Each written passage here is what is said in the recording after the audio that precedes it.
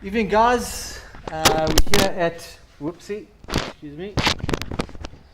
We're here at Tequeni Motor Group with Michael Koberstein. Did I pronounce it right? 100% correct, yes. Ali Bucktail France. How's it, chaps? Nice Myself, to see Brendan. You and we're going to be chatting Cape Vidal tonight.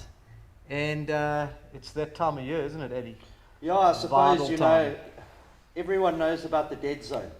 You know, and I think we've all experienced the dead zone properly. You know, you've gone out, you've worked hard, you've pressed hard, and there's just nothing there. The change of the tides. And myself personally, I was actually supposed to be in Vidal tonight. Brad, Kevin, myself, we're going up for the day. Unfortunately, everything went completely haywire with the weather, so we'll try again soon. Well, the guy we're going to be talking to tonight is going to give us a lot of insight into Cape Vidal. We're going to be chatting to Clint Norkier. He's actually an old schoolmate of mine, and Clint's up in Maritzburg, and we're going to be crossing over to him via Skype. And then Ellie and I are going to be joining in as well and chatting a little bit of Vidal ourselves. Mike's going to chat us through the new Hilux, very exciting. And then we're also going to be chatting a little bit about this innovative product from Suzuki. So first of all, Mike, welcome. Thank you very much. Welcome, Great to have Mike. you here. Thanks, guys. Thanks for having me. us here. Yeah, absolutely. Welcome. Behind us, two awesome machines. Absolutely. On my left, the older model. Correct. On my right, the new model. The brand spanking new one, yes, just been launched. Launched Monday. We were lucky enough to actually get it yesterday, late afternoon. Okay. As you can see, number one, I think the biggest change from the front is the amazing grille. A lot more aggressive, but for us, and I think a lot of the boating fraternity and also obviously fishing, is the power upgrade. The previous Hilux, 130 kilowatt, brand new Hilux, 150 kilowatt. It's also got 500 newton meters of torque now, so I think towing anything will tow a house or a boat, whatever you need. Okay. Yeah. So if we need to move to Vidal, we can tow our house there. Absolutely. Definitely. So that is the big upgrade. Eh? Yeah, absolutely. Aesthetically, there's a few little changes. I see the grill's a little bit different. Yeah, so if you look on the side, we've got fenders on the side. I don't know if guys can see it on the side. Different wheels, the backs obviously changed also. Inside's got a new upgraded radio. But for me, one of the better things for me is inside, they've got ambient lighting. Now, if you know, for example, the Prado or Land Cruiser 200, when you climb in the cars at night and you close the doors, there are little lights all around. It gives you a nice glow. Yeah. The new Hilux has that. Okay. So I think it's one of the only SUV or Hilux double cabs that have that at the moment. So just a lot more refined, and I think Nice little tweaks. absolutely, yeah, absolutely, Okay, definitely. lovely. And comfort-wise and drive-wise, very much the same, or is there Absolute- anything different to be noted? Or I think all the same, Okay. but obviously Just driving more power, really. a lot more power, yeah, absolutely. And now, if guys are keen to get their hands on one, is there a big waiting list at the moment? Obviously, with all Hiluxes at the moment, all new products coming out, yes, there is a waiting list. Okay. My suggestion is we have 3 branches. We have in Westville, we have in Coxstad and Moore Road. Make a call to us, or you'll have Sharon's email address. Email us, we'll make a plan for a test drive, and yeah, let us get to meet you face to In face. fact, I'm going to give Sharon's email address at the end, and we're actually going to do a little giveaway where the guys can actually be invited to the launch. Absolutely, Which absolutely, will be yeah. awesome. Yeah, for sure. That'll be the official launch. Yes, correct. Okay. Now, obviously, the Tekwini Motor Group. Tell us a little bit more about yourselves as well. You said you've got, is it 6 branches or? So we have 3 main Toyota okay. branches, and then we have 2 used car branches we call Tekwini Cars, based in Pinetown and in central Durban, and we have a big used car branch in Westville also. Okay, so that, if the guys are looking for the new Hilux, or if they're looking for a smaller vehicle like a Yaris or something like that, Absolutely. or commercial vehicles, Anything new, second Prados, hand, yeah. the FJ Cruiser, which you're going to lend me next week. That's my favorite car. Absolutely. Everything Toyota, they can Exactly. sort out with you guys. And obviously with our used cars, we sell not only Toyota, we sell everything Toyota. Yeah, I mean, right. every used car available. Okay, well, Yeah. that's what Toyota people always say. Only drive Toyota, everything's a Toyota. isn't Yeah, it? Yeah. exactly.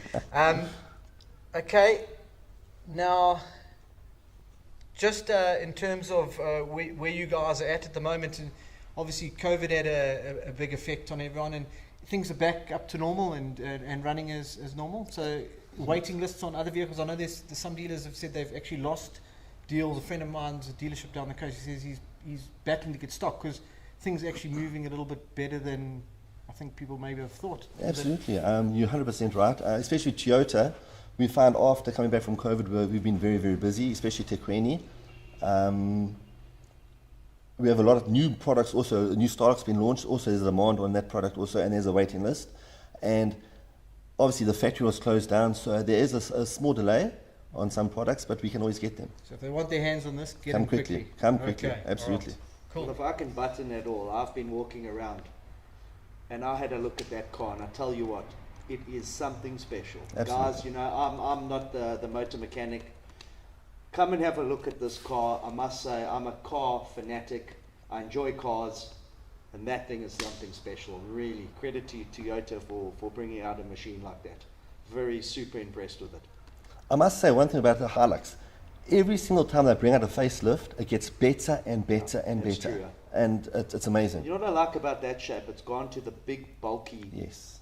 you know, the old style 1980 type. Yes, I remember the big proper, square one, yes. Massive cars, Yeah, you know. absolutely. And that's come back, which is lovely to see. Absolutely, You yeah. know, me as I like those type of cars, you know, the Chunky. big bonnets, yeah. Yeah. And I tell you what's really hit the mark, eh? It's almost a bit of an American feel that Yes. we're going for now, hey? Correct, yeah. The big chunky feel. Especially if you look at the front grille, it's in your face. It's very straightforward. Yeah, yeah. The badge is big. It's black around it, so it really sticks out. It emphasizes it, yeah. Yeah, but if a guy's towing a big boat, a big jet ski, he wants a nice big sort of. Of You course. feel confident, hey, when you're in a Yes. car like that. Mike, thanks for that. We're going to just chat quickly also about now the product that Suzuki has brought out. Cam's going to just switch over there in a few secs. Okay. Now, basically, this is a world first. It's a microplastic collecting device which Suzuki have attached to their motors. We're just going to play a little video here and just show how it all works. So it's busy. They've been testing it, and basically what it does, it collects bits of plastic and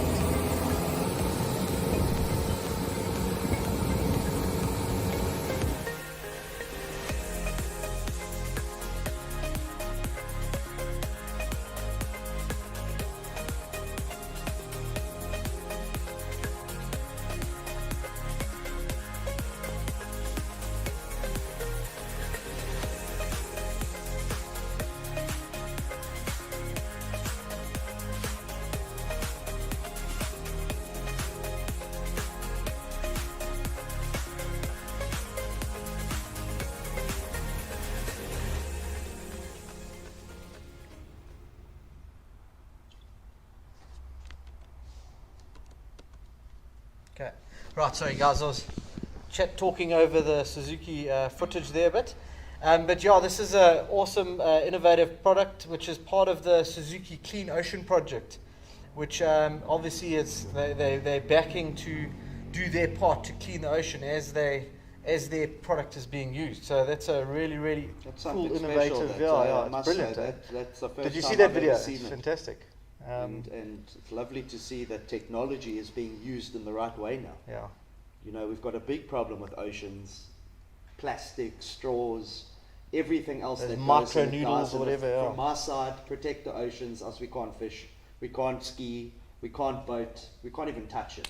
That's it. You know, I've seen some of those slick lines running on the current lines where I go and find Dorado, and it's like a highway of plastic. We're going to see it now. When summer comes and the rivers come down, you just see all the faults out So there. credit to Suzuki, you know, making something to make a difference and using that technology wisely.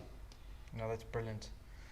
Okay, guys, well, what we're going to do now, we're just going to start chatting Vital, and we are going to cross over to Clint in a few seconds, and Clint's going to talk us through his tips and techniques at Vital. Clint spent a lot of time under the water as well as on top of it, and so he knows how the fish operate below the water as well and above it. So we are going to Skype in there to Clint now and chat to him.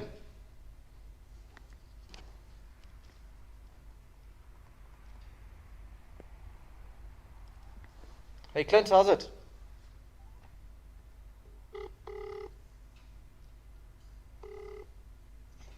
Can you hear me, Clint? Yeah, how's it? How are you, Clint? Lekker, bud. Leave your salty Got a few snacks nice little open trophies in the unless you background feel there. like sharing them Yeah, with 100%. new Eh? friends. I see you've got the Toyota, I own a Toyota Peppermint and is known to Suzuki. repel So I'm insects looking for a naturally. bit of an upgrade. So if you can pass my number on there, would be respected. No, awesome. Sorry, bud, we had a technical glitch. There was a YouTube clip playing over. All good to Cam? No problem. Cool, sorry, man. But what I'm just gonna go through a couple of questions there with you, and then you just chat through us, eh? How long have you been fishing Vital, eh? I've been fishing there for probably over 22, 25 years. I'm not as fortunate as the other chaps that have been there for a lot longer, but I've seen my due respect of being obviously from teenage years up to now. I'm at 42, so yeah, I've spent quite a bit of time in the water, and we frequent it quite a bit, so yeah, all good. And you spend a lot of time under the water there as well, eh? I've taken up spear fishing from a couple of mates of mine that encouraged me. Obviously, I haven't put enough spears into fish because I don't have the bottom time that they do. But I've seen it all, and I've seen most of the reef structure, and I've been able to see how the fish react on the different areas at Vital, whether being over the sand, snook, or in the deep, being a nice kudu or a big GT, how they react, and yeah, it's been good. So that obviously helps quite a lot when you fishing on the top, when you have a bit of an idea of what's going on underneath. Yeah, it gives you a good idea of when you just sort of out there hoping for the best, and you don't know what you're fishing on. So if you've dived it in the last couple of months, nothing's changed. A lot of bricks at Vital wash out with the sand, and then they expose themselves. Bait comes there, the fish pull in, and then you get to see that something's going to happen. And with the weather patterns and maybe a frontal system, whatever it is, and the fish don't chow and they get lockjaw, at least you know you're fishing in the right area, and you're not flogging a cat for a couple hours for no reason. Because under the water you can see how the fish react in different water temperatures, wind directions, thermoclines, and quite a couple different stuff that just happens, and it can happen over 30 minutes. It doesn't take a day or two. Well, that's the thing with Vital, is everyone assumes that you go to Vital, so you're just going to guarantee to catch fish because Vital's like an aquarium, but it doesn't always work like that. You've got to fish the conditions right at Vital, and for yourself, what would be the sort of ideal conditions and the build up to a good day, and then the conditions to fish on a good day? Well, we're fortunate enough to spend quite a bit of time there over December and a couple comps and like throughout the year. So to hit a one weekend wonder there, you don't know what the well, you know what the weather's going to be like, but you just don't know what the sort of sea conditions are going to be, water temp, thermoclines, etc. So ideally, if you're there for 2 or 3 days, you want to fish on the second day of a east. Maybe the third day is even better. A southeast, the fish turn off like everywhere else, and on a backing up of a west. But things can change so dramatically at Vidal. It's not so predictable as per other places like Durban or maybe Mshloti that got the same sort of fish moving through there. I don't know. It's hard to put a pattern on it. But a second day and a third day of a light east are always a good shot. What I find with Vidal as well is you've got to fish it hard. You've got to keep fishing. If the fish aren't biting in the morning, you just got to stick it out, and they'll often just come on the bite just after lunch or just before lunch, and then go off the bite again in the afternoon, or even the afternoon turns out to be often a good productive time. So it's really just like all fishing. You just got to stick it out and do the hard yards. Yeah, it's not only about sticking it out, because obviously with a big boat you launch early, and then sort of your crew gets a bit wary and they want to hit the beach maybe 1 o'clock, and that afternoon shot's always good. I've never found it really good after 5 and like later where other places really produce fish. The fish come out there, for me it's between 3:30 and 4:30 to 5, where you get like a pushing current maybe coming in onto the point, or and you're close to home so you feel comfortable on a bit of a northeast chop. And you can do nice drifts for maybe 10 k's at a time, and there's no effort in it, and it's sort of, but in a smaller vessels like the paddle skis and the jet skis and the 15-foot boats under, they can go out and they can fish a morning shot, get the best out of the morning, hit the beach, have a chow, spend some time with the family, and then go out in the afternoon. But with us, with the 17s, 19s, and 21s, you push in the morning, it's sort of going to either be a whole day, you're going to stick it out, and maybe a little bit of a family story on the when you hit the beach. But yeah, But that's the awesome thing. Yeah, that's the awesome thing about Vidal is, it's such a beautiful place. You got the game reserve for game drives, and the beautiful beach. So if the fishing's not great or the wind's blowing, there's so much more to do. Yeah, that's about Vidal, because it's an MPA, and obviously Mangliso have looked after it in that sort of sense of being, there's no developments, there's no built up areas, so you can pack up and you can go for a game drive. It's not going to spoil your day. You're going to see beautiful buffalo, kudu. You're going to see awesome game. You could see up to 15, 16 different game in the afternoon, go through St. Lucia, have a pub chow at the Baraka, whatever, come back in the sunset, even see more games, sit in your campsite and wait for tomorrow. Sometimes it's not all about the fishing. Yeah, it's a magical place. I mean, that's why when you're there, you need to really be booked in for at least a week so you can really appreciate it. When is your best time? When do you go normally, Clint? We fish throughout the year. We're fortunate enough, obviously Maritzburg and the Joburg guys and all that. It's quite a quick shot to Vidal. So we do comps, and we like to fish maybe 4 to minimum 4 or 5 days. So you get to suss it out, choose a good weather period, and then get 3-4 days in. Like your mate was saying, we've been going through a little bit of a bad patch at the moment, and Vidal, but there's been good reports of a couple nice Kuta quarter Vidal lately, the Dorado on the inside. So it's hard to say. You just, at Vidal, you got to book a date. You just got to keep going, like anywhere. There's not much more effort of going from where I stay to launch Mshlanga or Pennington as it is to drive to Vidal and go and fish Vidal for the weekend. And like we said earlier, Vidal's such a special place.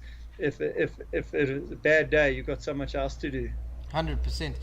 Clint, maybe you could just talk us through like a typical day, or that you'd when you're fishing vital. So maybe you were talking earlier about the launch site and a couple of things you need to just take into account, and then once you're on the water, where to look for bait, and then what your sort of tactics would be from there.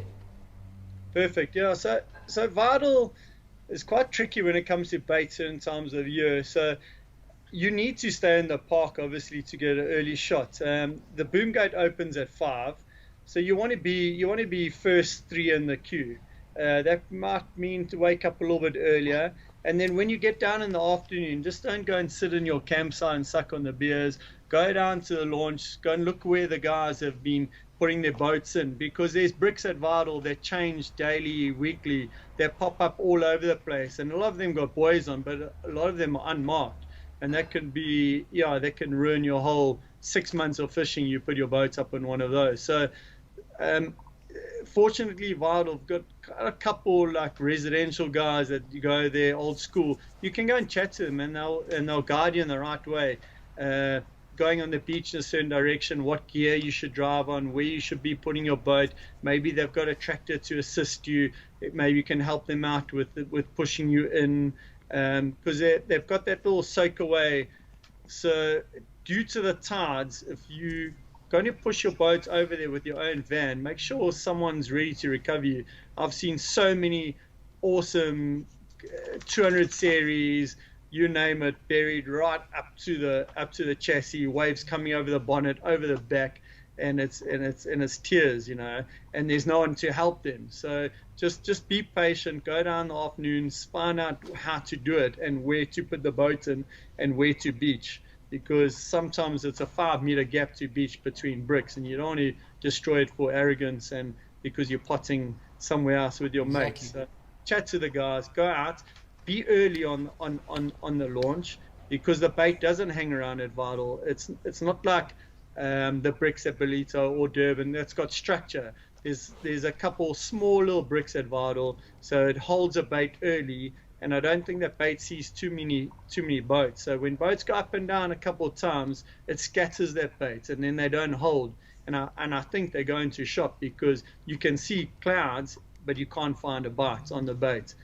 But if you're the first 3 or 4 boats, you normally come right. Going on Suzuki's, I don't find the red bead. I don't know, in Durban it works, but those fish don't like it for some sort. I normally got a little chum bag, keep it going, and then you can raise a bait ball up behind your boat and you can pitch into it. When you stop on the bait ball at Vital as well, the current's going at 4 k's an hour. It's not like you're stationary. So within 5 minutes, you are 400, 500, 600 meters down off the mark.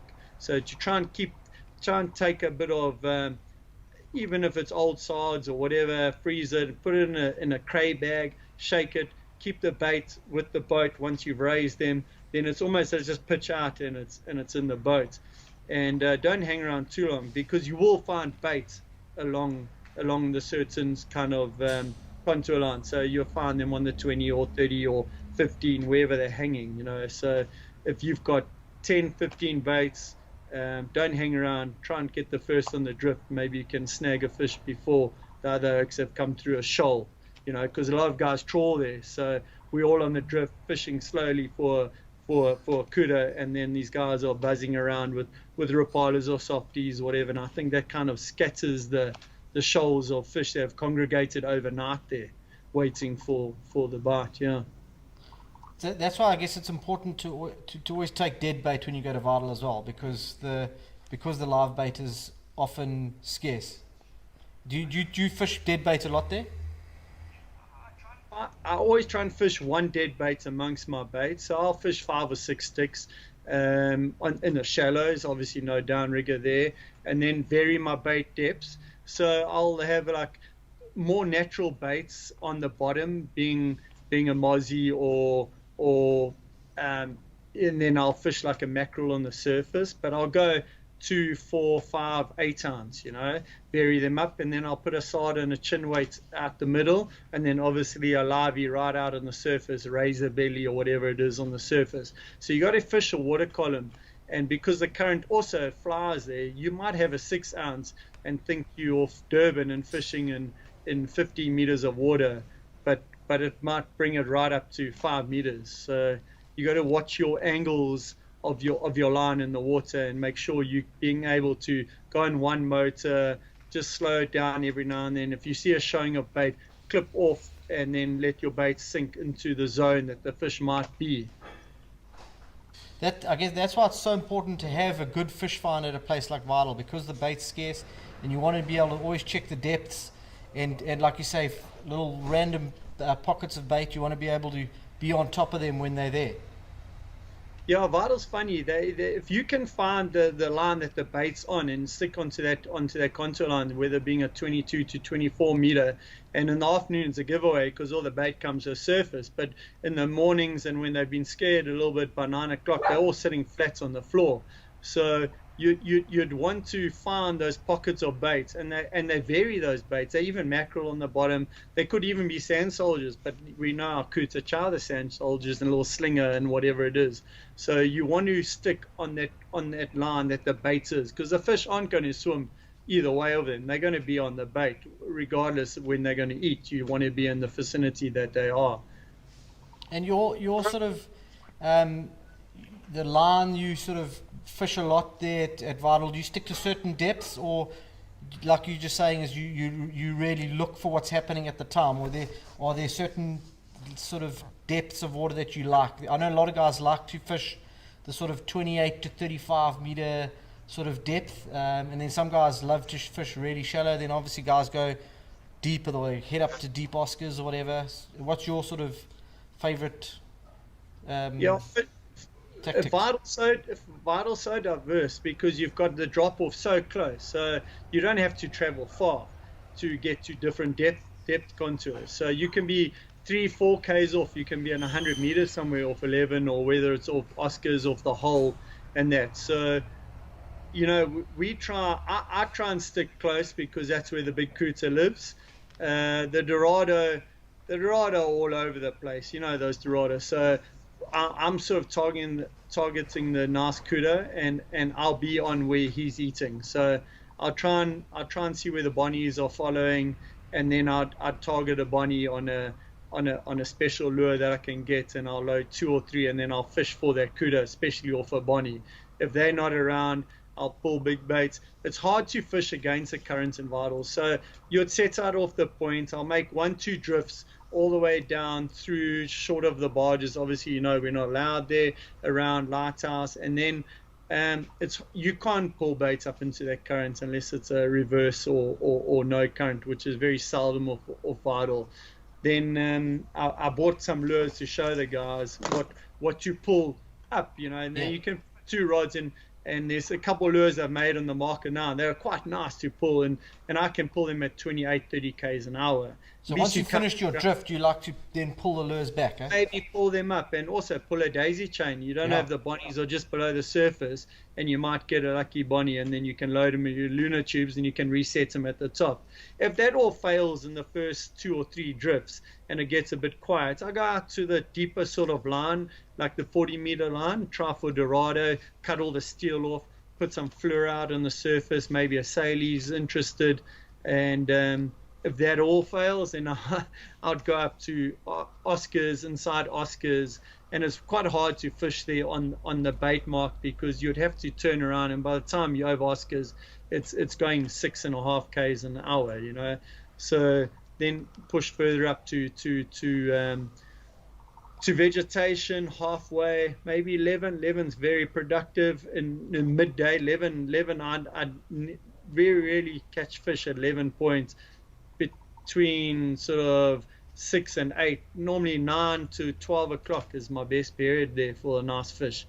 But the sharks have been pretty wild there, all over at the moment at Vital. But yeah. What is your sort of prime bait there then? What is the bait that works the best? It's whatever's there. The kuda are going to chow what's there, so match your hatch, So if you're going to go and get some big carapau, which we've been seeing there, the carapau with the big yellow eye with a black eye, that big kuda likes him, but a Bonnie is. I've fished there where guys have been pulling out 100 dorada around me. I'll be honest, in an hour, every boat's got 2 on, 3 on, and old Larry was with me, Larry Brown, whatever. I said, let's go and target a kuda amongst us, and we went down to the barge because there were Bonnies there. We pulled on the outside, and we managed to snag a nice little skippy and actually a frigate. We pulled them up and we ended up with a 31 kilo fish, so amongst those doradas. So he was there. That fish was always there and the kuda was there, but he didn't want to chow. He wanted that bait. And if you're going to pull mozzies around him and mackerel, it's not his style. He's interested in a Bonnie. But unfortunately, also other things are interested in Bonnies as well. Yeah. What's your favorite time of year for Vital? Obviously now October, November is like a lot of people's favorite time. Is it the same for you, or do you prefer not to chase all the dories? You prefer a different time of year? November is a good time for those big kuta, and the speros. Okay. Surprisingly, they see huge kuta coming through 11, returning from the SARDs now, going back up into Mozambique. They're not interested in chowing. You've obviously watched YouTube videos of the guys that do shoot the big kuta there, and that's last month's fish, So they're definitely moving back there. Not very hungry though, but they're all quality 25, 30 kilo fish. But I like fishing from now in November. It's a bit of a hit and miss. Middle of November, I got a 34 kilo kuda there about 5 years ago, fishing on off season with Brian Hahn there in 17th of November. I remember that actually. Yeah. Dead sod. So what a beautiful fish on a dead sod. Society stick sod late in the afternoon. So those fish are there.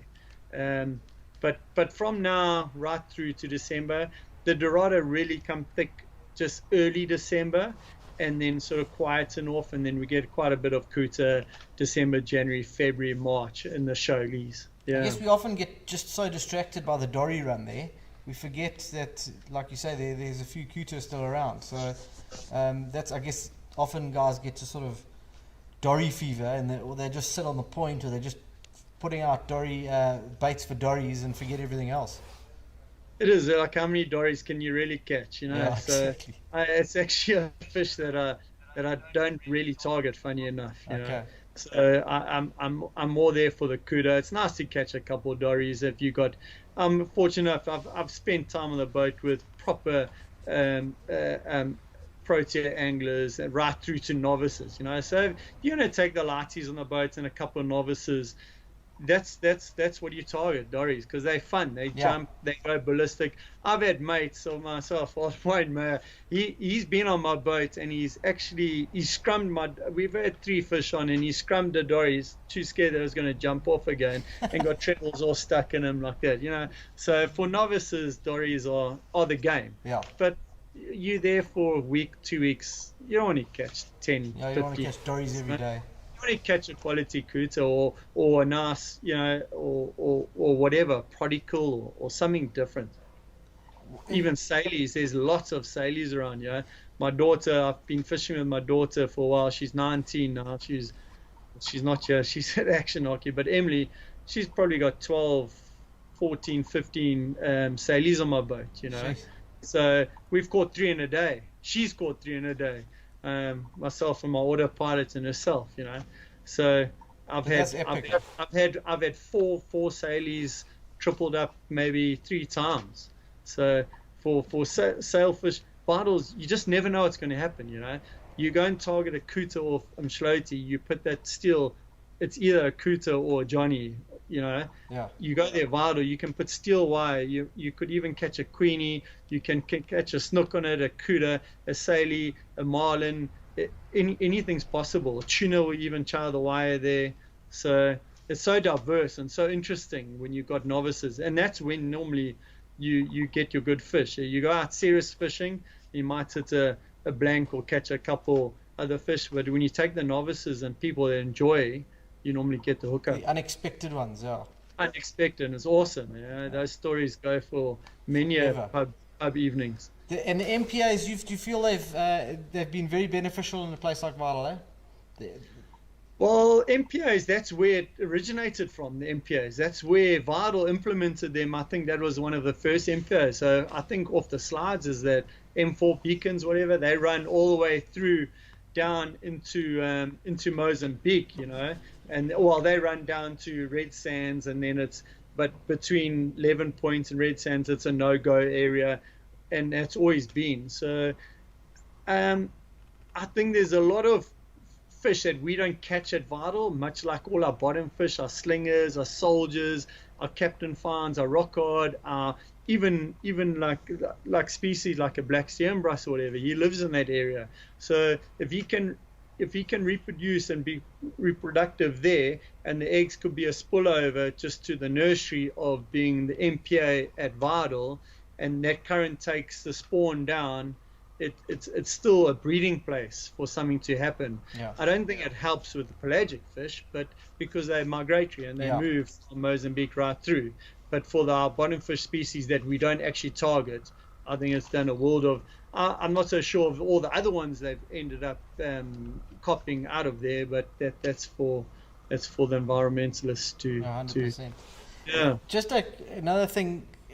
Obviously, when that north-south current is streaming, that's ideal at Vidal. But now, what would you do on a reverse current day? Because that's, you know, a lot of guys will just like throw their toys and that's it.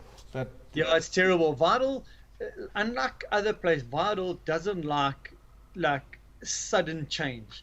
It enjoys, like, if it progressively works in reverse over 2 or 3 days, it slowly works. But having a reverse current, like from screaming 4Ks to 0 and then back again, the fish are shut, you know, they lockjaw. And having 22 degrees water down to 18, which we've had in December overnight, they don't love it. If it deteriorates over a couple of days, you still get a bite, but that sudden change is no good. And I think all those fish just sort of pull offshore.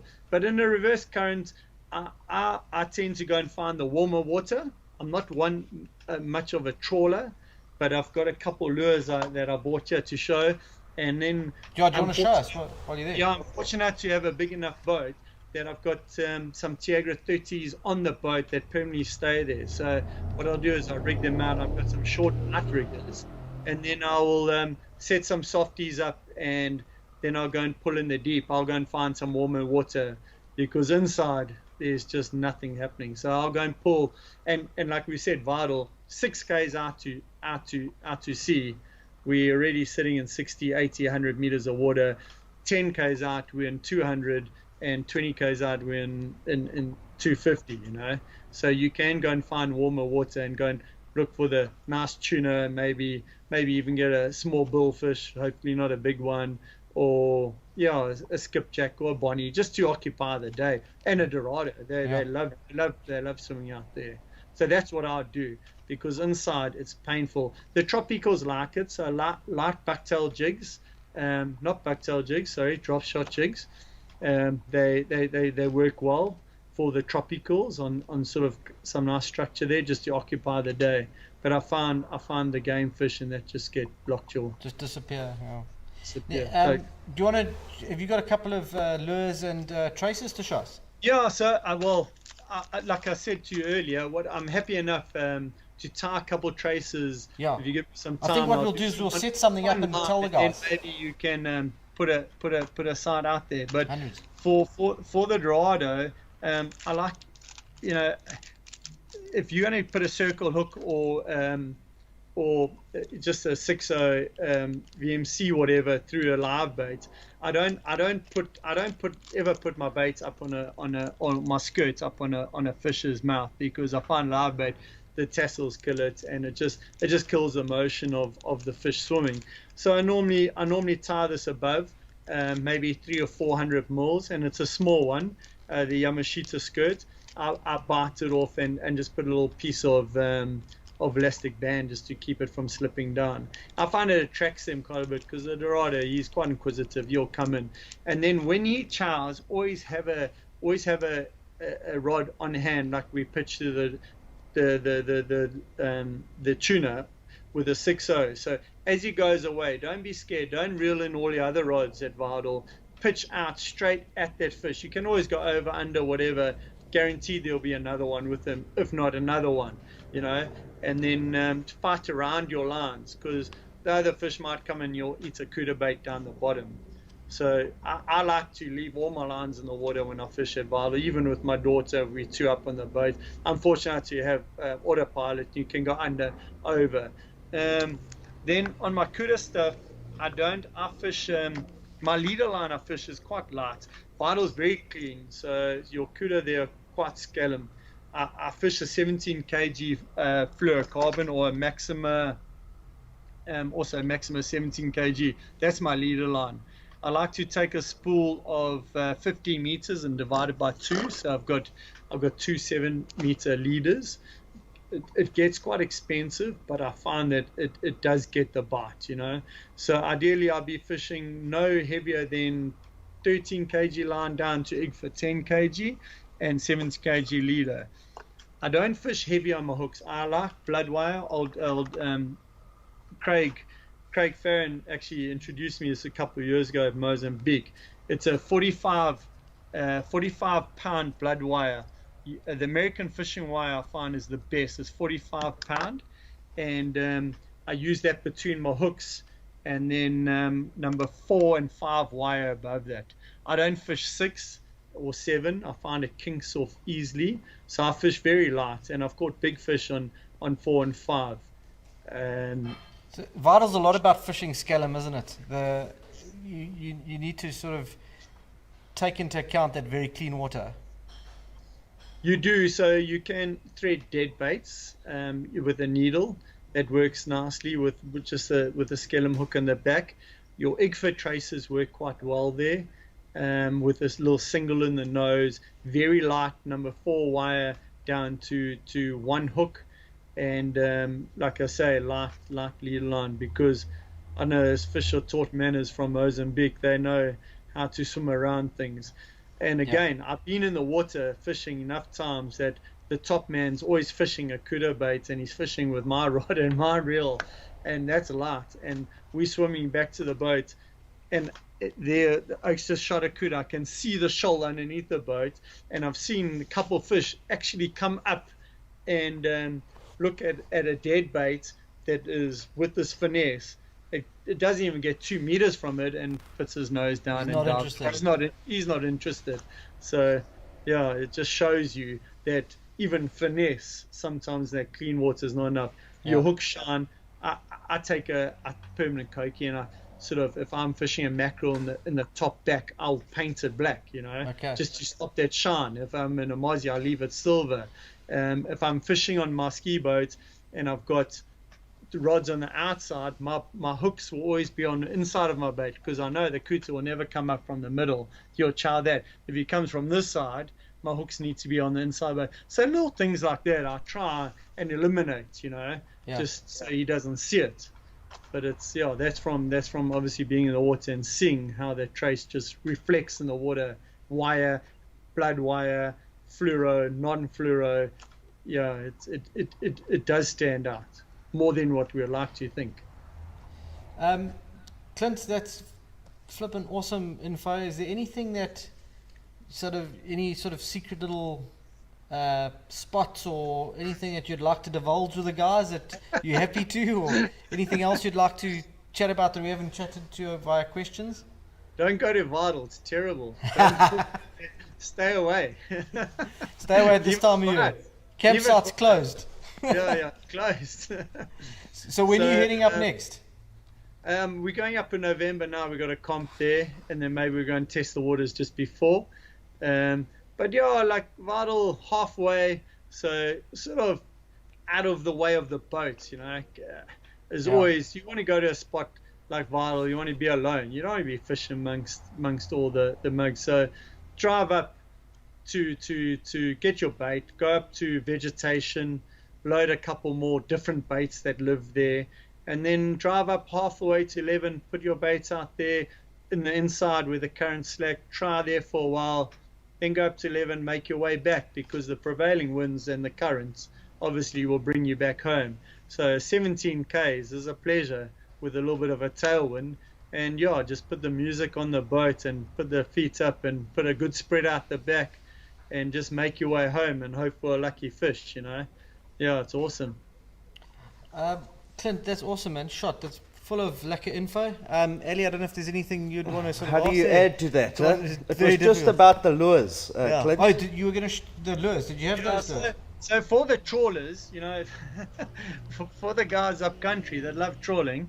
But also, you said when you're moving back from your So marks. when and I'm you moving trawl. back, this is what I've got here. It is a. Can you see that? Yeah. These guys are made, and a mate of mine, Scotty Nicholson, showed me this lure a while back, and I don't pull lures. So Scotty's not going to be happy that you're showing this on camera. Yeah. So I often get some downs when I pull lures in that place.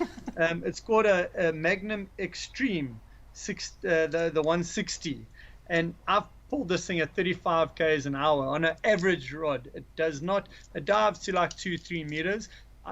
I've caught a couple coots on a wahoo and all sorts. Anything blue, purple, I put wire. Anything different, I pull nylon. I don't know that I've lost some awesome fish, but I've also caught some awesome fish without the wire. So, give and take. I put a swivel on the nose end, and I'll pull 60 pound onto the top of this fluorocarbon. But if it's blue or purple, I'll put a short bite trace of about 1.5 foot or 400 mils. But also again, number 4 wire onto this. And these, if you have two rigged up with maybe two, I've got Saltus 50s and I've got a Tanos 30s, whatever. You can keep them in the gunwale, fit them up, and you can drive as normal. Don't bash the shit out of your crew. You might take an extra 5 minutes to get to a point, but at least you're trawling some lures. And you could put a softie out the middle if you're really excited, or a daisy chain, hoping for a bonnie. The other one is they call this the Lucia Special. This is a softie they make there. It's an awesome little lure. It's a pulsator lure, and you can rig this up with a bit of belly shine, and everything eats this. It's got a cupped head, so you can lie it flat on your roll bar. Makes a nice smoke. Dorado, Salies, Marlin, everything charges. Even a couple coots have charged this.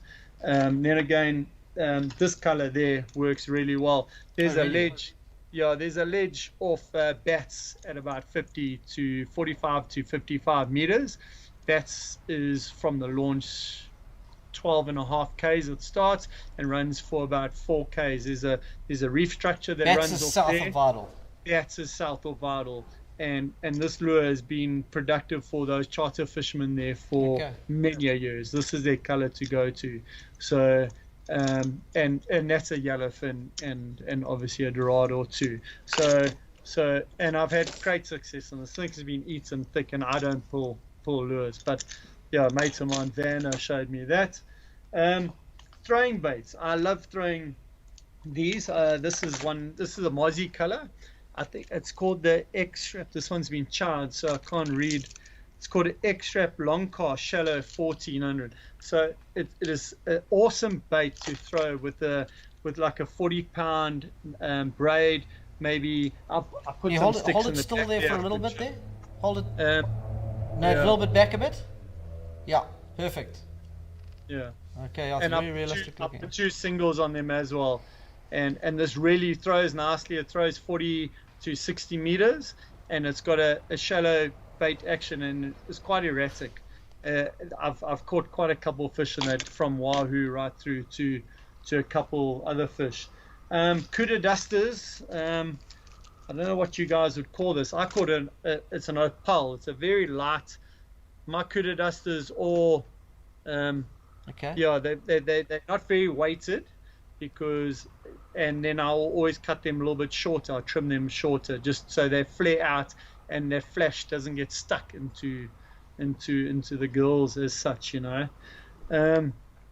Bite Me Jigs. I'm waiting for a sponsor to come on board here, because this is my last one.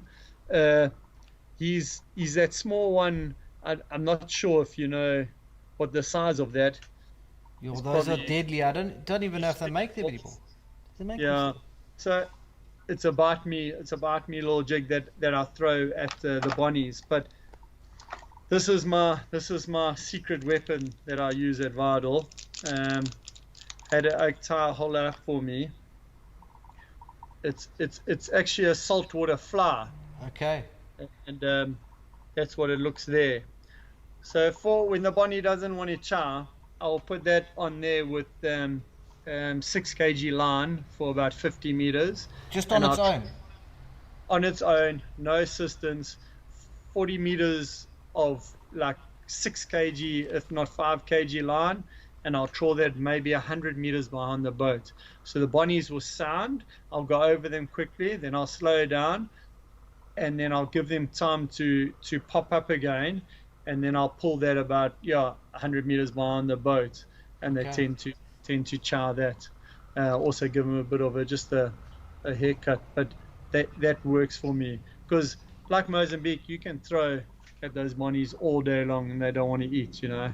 and that sort of works.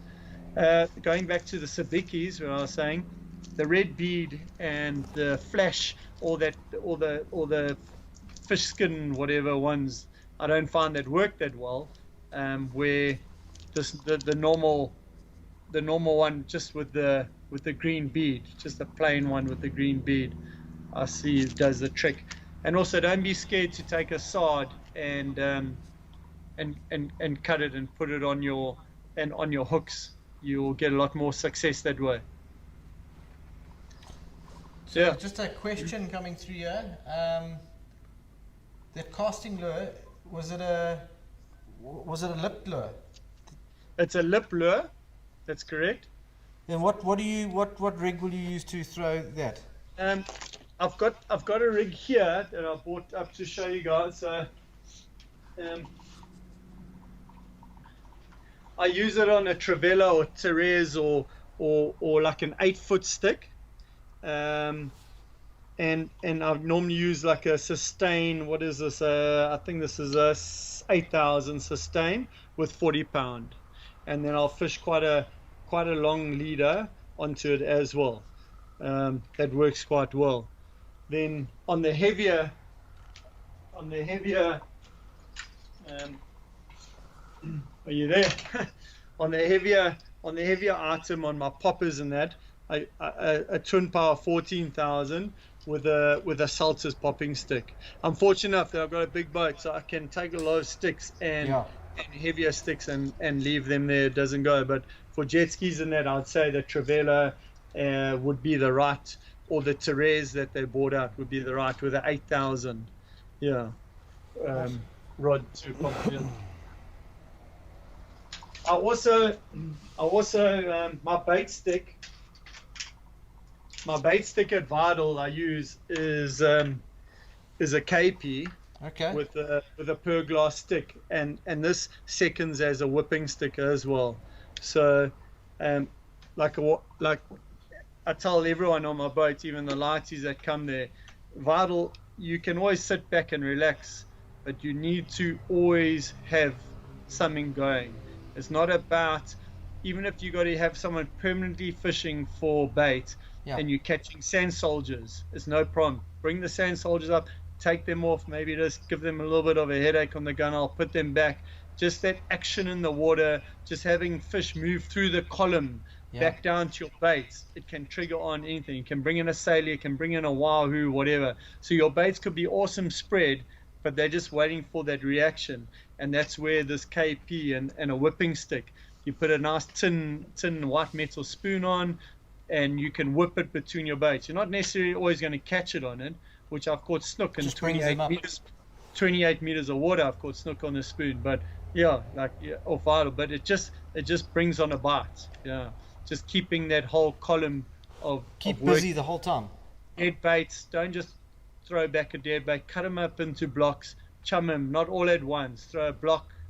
Watch them disappear. Throw another block. And those baits that dead bait or whatever you've got will go down into your oil column. You can have a chum bag on the boat with your guts before just putting an oil slick, but that does bring on the unfortunate, which have been off Vidal quite regularly lately. Clint, that's been a unbelievable, Amazing. educational for us. Eh? Thanks, man. Perfect. I'm sure you're going to tap into your knowledge a little bit more. We're obviously a little bit constrained for time. And what I think we'll do is maybe we'll look at doing a video with you maybe within the next week or two of some of the traces you use as well. And then we'll post those on our 100%. page. Lekker, no problems. But shot, man, thanks for that. It's always good to chat to old schoolmates. And thanks for joining us. 100%. Thanks, guys. Thanks again, Clint. Enjoy your evening. Eh? Shot, but Send that to my way. okay, we'll do. Test drive. Cool. They've gone. They're not listening. I'll come fetch it. Lekker, but Lekker. Cheers, Cheers, man. guys. Bye. Enjoy your evening. Bye-bye. So how on earth do you argue with that knowledge? I tell you what, I've never ever heard more of an informative conversation regarding That was- Vidal in my entire life. And you know what? That's what I love about In-depth, fishing. Fishing is that. Credit to Clint. He told us how he does it, where he does it, what he does, what he uses. And the guys watching out there, that's what this show's about. It's about giving you the right info, whether you're the best fisherman or not. But this show is going to give you the tools and the knowledge to go and catch the fish a chap like Clint catches. You know, and I must say, a big credit to my mate Adrian Smith, who's, to me, the bullfish magnet. And that's also a guy to get involved with fishing Vidal. He stays in Richards Bay.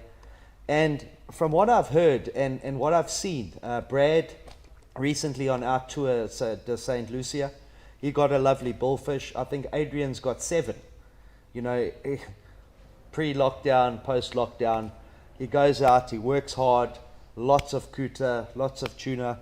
And, you know, chat to the guys that are there all the time. You know, I love the place. and the I guys do. who've been fishing there that Exactly. day and that week. And you know, yeah. guys, I can say it honestly. I've researched it. I'm supposed to be there right now, sipping on a beer and having a After bra. listening to that, you must be regretting Yeah, it a bit. no, but the weather was terrible. And the key is, at the moment, speed pros. Okay. Ask anyone how they've caught fish. It's a purple speed pro, it's a black speed pro, it's a dark speed pro. Well, we were just we And were there. that like, is what's working. We were there like less than a month ago at that Race Tech Yamaha weekend. The And chap on the jet ski? Brad Douglas. That's what he was getting them on, Yes, wasn't it? Yeah. he got his Sailey on a speed pro, epic fish. It was on the last episode of ours, I think. Yeah, it did pop up.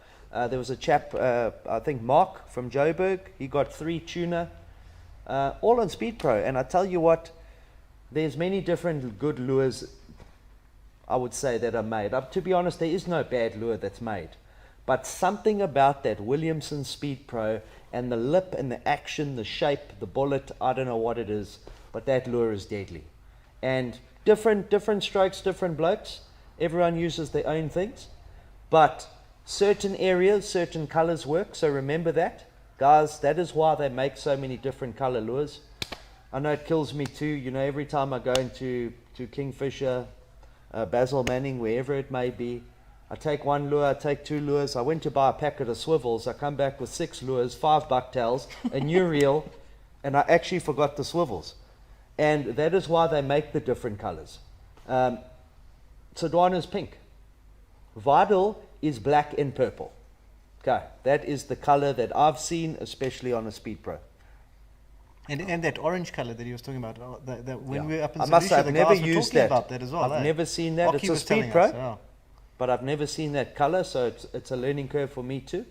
But definitely I'm making my way up. As soon as we get a weather window, I've already booked. I'll be staying in the lovely cabins that are there, so we'll be right next to the water, and that's what's lovely about Vidal. You go out in the morning, you come back, you do some work, lovely signal there actually, and in the afternoon you go back for round 2, you know.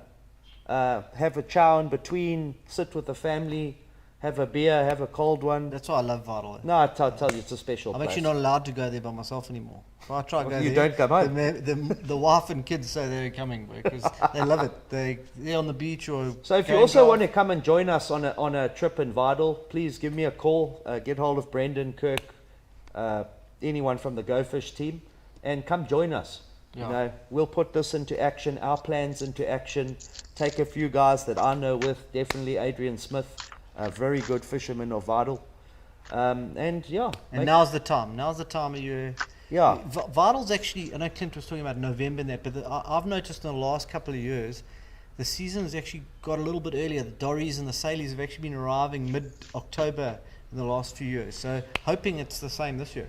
Yeah, well, I must say, you know, everyone knows that the ocean currents, the weather's been upside down. I mean, we haven't got in the water for 3 weeks. Yeah. The ocean currents as well. I mean, I went out and I tried on a Sunday. It was terrible. I got sandblasted. My eyes were leaking with salt, and I came back. And it was 18 degrees. About, The water temp. yeah, 3 Really, weeks yeah. before that, it was 21. So it's dropped Well, 3 that's degrees. been the whole problem these And last that's 2 the weeks. problem is now, you know, you'll get a calm day. I think actually Sunday's turned to a calm day on Monday. And now what's happened with all the weather systems and the chaos and the current and the rivers, it's going to take, I don't know how long to settle. I actually don't know.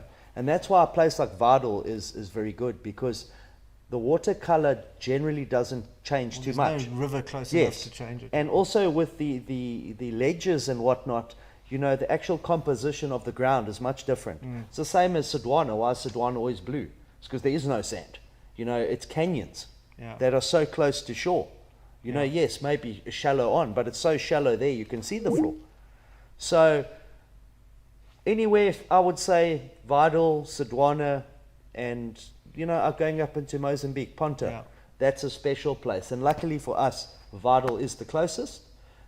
I mean, it's literally St. Lucia. It's a day trip if you really want to do it. A No, lot it of is. guys will shoot up for the day and they're we back were, in the we were afternoon, leaving yeah. today. I was fishing tomorrow, and I was back at 5. Especially with the campsites Yeah. being closed. It's get there And early it's a back. special place, and it's true what Clint said. I've had it before. I've hooked queenfish. I hooked a sailey. Sadly, lost that one. I went and puzzled. I wanted to catch tuna, and strangely enough, on 54 meters, I found the tuna, and they were literally in one area. And I'd go for a drift. I'd come back 1. I'd go for a drift 2, and I eventually got 5. Biggest one All in the being same place. 19 kgs off the lighthouse at 54 meters. Strange. I would have never fished there, but I just did the drift. We often go to Vidal and you do the same thing. You go there, you catch a bait, you go sit on the point. Yeah. Oh, nothing's working, and then you come. Whereas, like Clint said, there's lots happening all over. Obviously, if you're in a kayak, you're a bit restricted, but there's lots of things you can try. Well, I've always maintained what I do and how I fish. I start at the shallowest point I can, and I do zigzags. So I'll go out, and it's the luck of the draw how far I think I'm going to go. I'll maybe turn at 30 meters, but I'll go out to 50 meters, and then I'll zigzag back slow trawling, and then I'll go back out. So I'm working a working block. a wide column, but I'm working a depth column. And also exactly what he does, different weights, surface, top, floor. And where I start getting the bites, I cut everything off and I target that area. Yeah. At the same time, throwing a bucktail in the front while the bait's in the back. But we do that. I was talking to Cam earlier about a funny story from Vidal, and it was myself, Kirk, and Mick. We went out for an afternoon shot, and we went there onto the bait mark, and we dropped down, bringing the Yazuri up, and a dory came in onto the mozzie that was on it.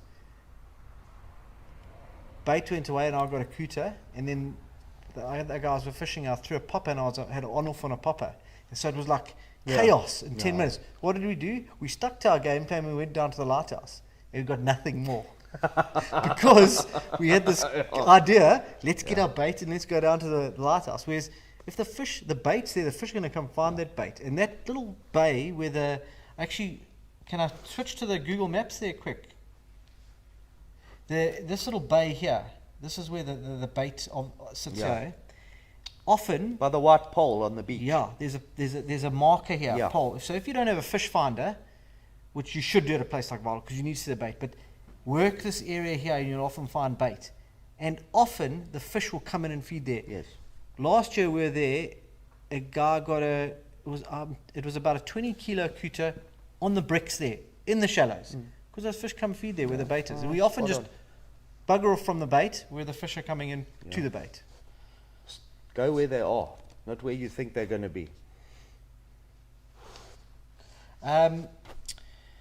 Just a couple of things for Vital. It's a lovely place, and we love going there. But it's an isolated place, and you need to be careful. You need to fish with a mate, especially if you're on a kayak or a jet ski, and you're fishing on your own. Don't duck off deep and think you're going to be just fine and safe because you're at this lovely resort. It's not a resort. It's an isolated spot in the wild, and that current screams. So from that north-south current, if you're a novice on a kayak, I would say don't even go beyond the point at first. Sit and fish that bay, because that current, when it pushes you down, it's a hell of a paddle coming back. And a lot of guys will find themselves, they'll get into a game fish, and the game fish will take them into the current. A sailey or even a dory, and will fight them, and then suddenly they're all the way down towards the lighthouse, and then they're paddling. And I promise you, there's nothing worse. You're paddling and you can just see the same spot for 20 minutes, and you just feel like you're going nowhere. And the secret to Vital is to sometimes shift into the back line. I'm talking about on a kayak. You shift in a little bit towards the back line. You don't want to be too close to the back line.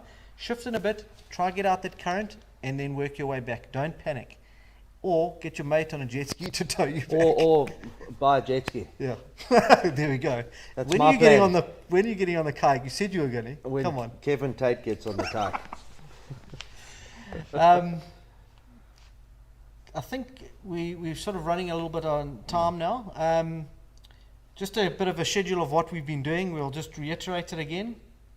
Monday nights, go fish with friends. We've been on the St. Lucia series. There was the Race Tech Yamaha and the Yamaha weekend they organised there at Marlin Lodge in St. Lucia, and we've been covering it from through Go Fish Eyes. And we had some great action from the boys last week. We had some of the friends on board, and they were catching was a some lovely day, that, I'll some tell you epic what. fish. So if you want to check that out, go to our YouTube channel.